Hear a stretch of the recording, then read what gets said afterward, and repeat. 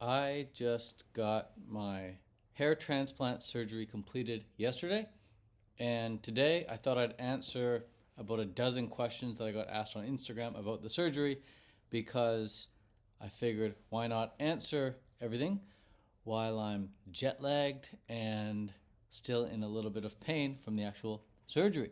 That's some blood right there. Let's get into it. These questions were asked on my Fruitarian Instagram. If you're not following me, make sure to follow me. What part of the procedure hurt the most? Okay, the first 10 minutes of the procedure was by far the most painful. First 10 minutes was in the top 5 most physically painful experiences of my life. I was trembling, I was shaking with pain. And that's because that's the part of the surgery where they inject you with the local anesthesia, which is kind of ironic that that's the most painful part because that's the part that they're doing so that you don't feel any pain. So if they could somehow make that part not that painful, that'd be great. But I think it was extra painful because I didn't know what they were actually doing. My friend at least thankfully told me that, hey bro, the first 5 minutes are going to be the most painful.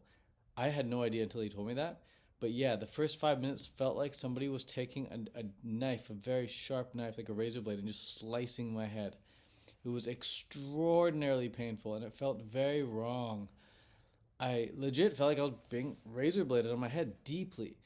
I didn't know that they were injecting a needle or sticking a needle in there and injecting local anesthesia, but apparently that's what they were doing, and it hurt like a mother. I was trembling and I was swearing, I was yelling the F word.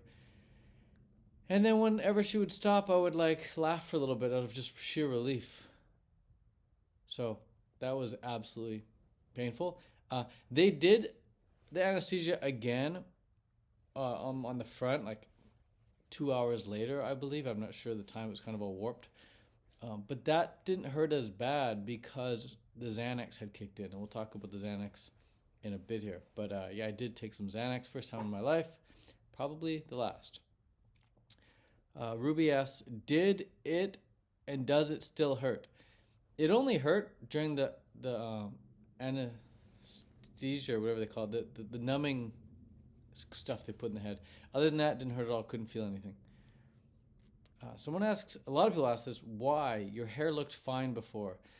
My hair looked fine before, but I had a hella receding hairline. Like this part was non-existent, this part was non-existent. It just kept going back and back and back. And I'm only 33. My dad is like completely bald. My uncle is basically completely bald. Actually, one of my uncles is completely bald. My cousin has a massive receding hairline as well. It runs in our family, and I just didn't like how that looked, and I don't like how I looked when I'm bald either. And if I have to be bald, I'll be bald. But if I don't have to be bald, if I could just press a button, boop, and not be bald, I would choose that. And so that's the button I chose to press. Nowadays, we literally live in a world where you can press a button and make that happen. In the case of flying to Turkey, you go on your phone, you click Google Flights, and then you click Flight to Turkey, and then you're here, and then you click another button that says book appointment, and you're in the clinic next day getting your hair transplanted. So it's just a few clicks. Why not? Someone asks, why do you think Fruitarianism didn't reverse what I'm assuming to be a receding hairline? Great question. Because I get this question asked a lot. There are a lot of balding Fruitarians. There's a lot of balding vegans. There's a lot of balding vegetarians. There's a lot of balding McDonald's, KFC eaters. Balding, from what I understand, and I could be completely wrong, and everyone has their own opinions, but from what I understand, from what I've researched, there's no definite, standardized, guaranteed cure for receding hairline. If there was, or if there is, that's fantastic. And if there was, I missed it. It's too late for me now. I've already got this done. I don't know of one. I've done a lot of research. I eat as healthy as possible. I eat what I consider to be the world's healthiest diet, and I still have it. I exercise. I sleep beautifully. I don't have a lot of stress in my life. I don't do drugs. Like, I don't do anything that would like knowingly cause receding hairlines. It's just something that runs in the family, and I've got it just like I got blue eyes, just like, I got kind of small hands. Like, it's not something that I know of any way of changing. Which clinic? I will post the information for the exact clinic and the details and costs of everything that below this video. I actually forget the name of it. It starts with an H, but all the details of it I will post below. I think it's called Hava, but I don't know. Just click below or around this video and you'll find the exact information about the clinic, the pricing, all that stuff. Yeah, the main question is, does it hurt and any pain? Now that the surgery is over, there's no, minor. It's super minor pain. It's kind of like it's equivalent pain of like when you did like a hard bicep curl workout one day, the next day your bicep's kind of sore. It's very minor. Some minor, it feels like minor. Closest thing I could relate it to actually is like a sunburn. Feels like I'm slightly sunburned on my head.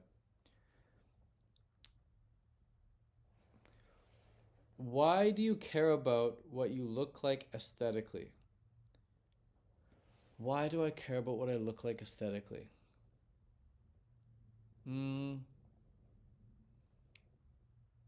Dunno.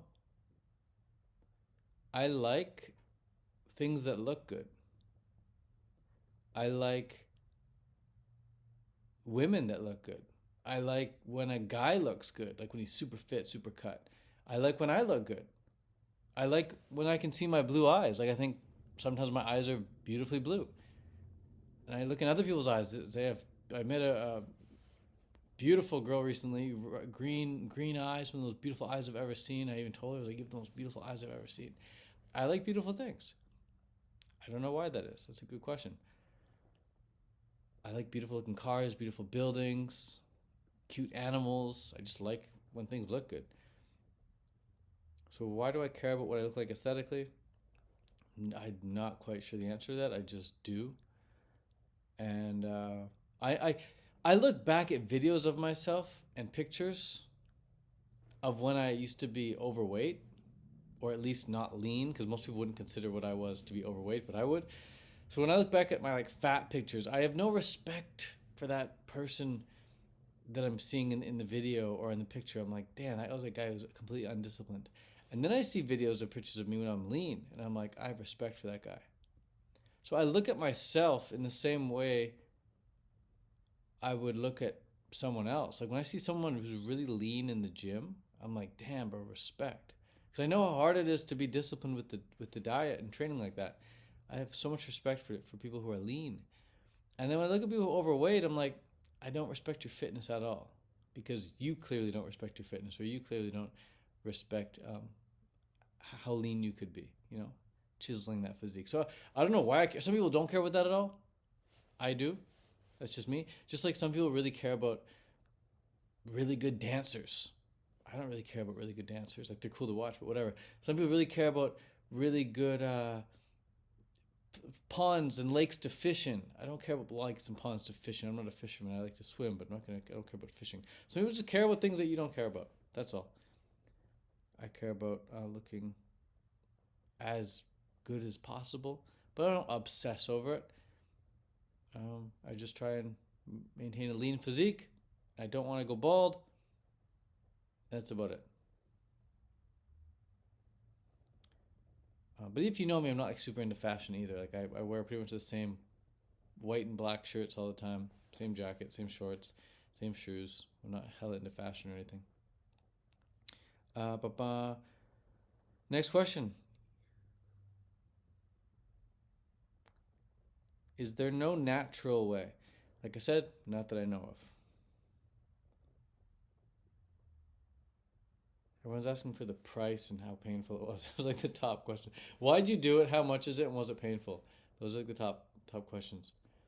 How much was it? So let's answer that. The prices range. You can look on Google. You can find prices anywhere from like $2,500 to like $5,000 in that range. I paid about $3,500 US, but prices are negotiable depending on the season, depending on the clinic, depending on the person you speak with. I think they're all on commission, so they may be able to flex the price for you a bit, or at least do a payment plan or something. I'm not sure. But yeah, I paid about $3,500. But make sure you bring cash, because if you bring a credit card, you're going to pay a 20% fee, which we had to pay because we didn't have any cash. Can we do this for females as well? Yes, I saw a few females in the clinic as well. Do you only need to get that done once, or will you have to go back for more treatment? Good question.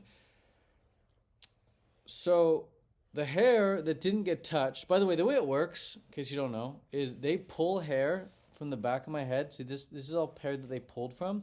They plucked hair from the back. I'll spin it around so you can see. They pulled hair from the back of my head,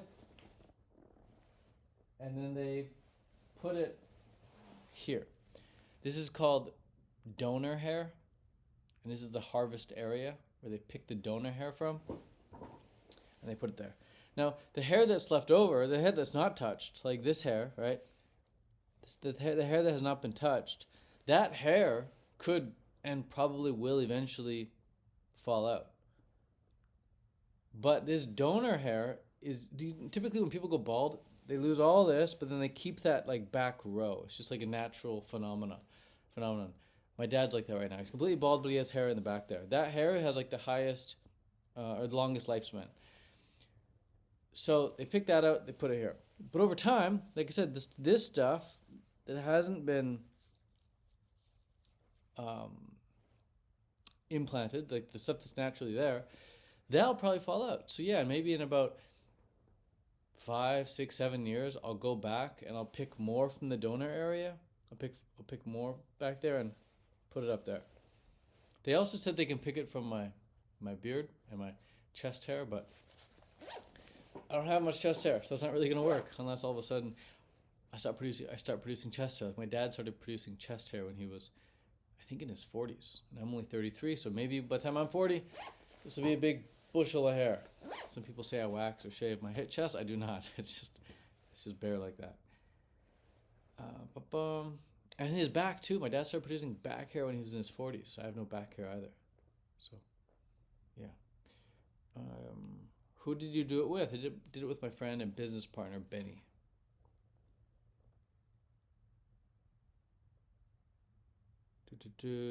How long was the process? Process was 7 hours, about. It can take anywhere from 7 to 10 hours. It took Benny about 9, 10 hours. But they offered me Xanax, and I've never done Xanax before. I've done lots of drugs in my life. Xanax has not been one of them. So I decided, hey, let's check another box. Let's try Xanax. I've heard amazing things about it. So they gave me 0.5 milligrams, which is an extremely small dose. And I took 0.5 initially. And then after about 2 hours, I was pretty high on Xanax. Like, it hit me really hard. I was joking a lot and being funny and half in, half out of it. And I was like making a joke with the doctor, and I was like, hey, can I get another 0.5? And they're like, you want another 0.5? I was like, yeah. So they came and gave me another 0.5, so I ended up taking another 0.5 about 2 hours in. So about the 3-4 hour mark, I was on 1 milligram of Xanax, and Xanax typically only lasts about 4 hours. So by the time I took the second dose, or the second hit of Xanax, I was already halfway through my first dose. But it carried me nicely until the very end. At about the 7 hour mark, I started to get antsy, I was ready to get out of there, and that's about the time the Xanax wore off. But what Xanax does is it makes you very present. And so you're very focused in the present moment, and like you're not thinking about anything else. So you're not impatient at all. Xanax makes you very, very, very patient. So rather than like waiting and being like, hey, I want to get out of here, like how much longer is it going to freaking take? You're not thinking any of those thoughts. You just stare at something like the wall or the floor or the roof or anything. Close your eyes and just like everything's just perfect. But when it wears off, you start to get antsy and you want to get out of there. So if they do offer you Xanax, you don't need to take it. Benny didn't take it. They didn't offer him any. But if they do offer it and you want to experiment, this is not health advice, but I found it to be an interesting experience. I'm very glad I did it. I would say it was a pleasant experience. But check with your doctor to make sure you're not going to freaking die. It's not going to interfere with any of your pre-existing health conditions or whatever. But yeah, I enjoyed it. It was an interesting, cool, pleasant experience. So yeah, it took 7 hours, but definitely didn't feel like that. It felt maybe like an hour. It was Xanax just makes the time fly because you're so present. Any health risks? Minimal. And you can go on Google for more information about this. Absolutely minimal health risks. They do give you antibiotics to take afterwards to prevent like any infections. They do test your blood ahead of time to make sure you don't like have hepatitis or A or B or whatever that blood issue is. They're very clean. They wear gloves. They wear a mask. Everything's very sanitized. But health risks that I know of, maybe an infection, because your head is open wounds. That's why I'm bleeding right there. But other than that, I think it's all good. Do they transplant the hair from your legs and butt? No. But I asked as a joke, I'm like, could you put my pubes on my head? And they said yes, they could do that, but they wouldn't recommend it. Okay, and then, do you have to follow any dietary restrictions after the procedure? No. No coffee the morning of, which is fine for me. I don't drink coffee. And they want you to eat a meal before going into it. So I had a light breakfast, just fruit. And afterwards, no. They said afterwards you can go ahead and do whatever. I think no smoking for a day or two. And same with caffeine, but it doesn't affect me. How long did you wait between setting the appointment and the actual appointment? Like a week. We made the appointment. I decided to do it officially like a couple months ago. And then I set the appointment like a week ago and then flew in here and made it happen. So yeah, those are the questions answered while they're still fresh in my head. I've put together a complete document with step-by-step instructions of how you can go ahead and book the same place as me. I'm not an affiliate in any way, but they were an awesome clinic. I did have a great experience. I flew to Turkey. They picked me up from the airport. They drove me to my hotel.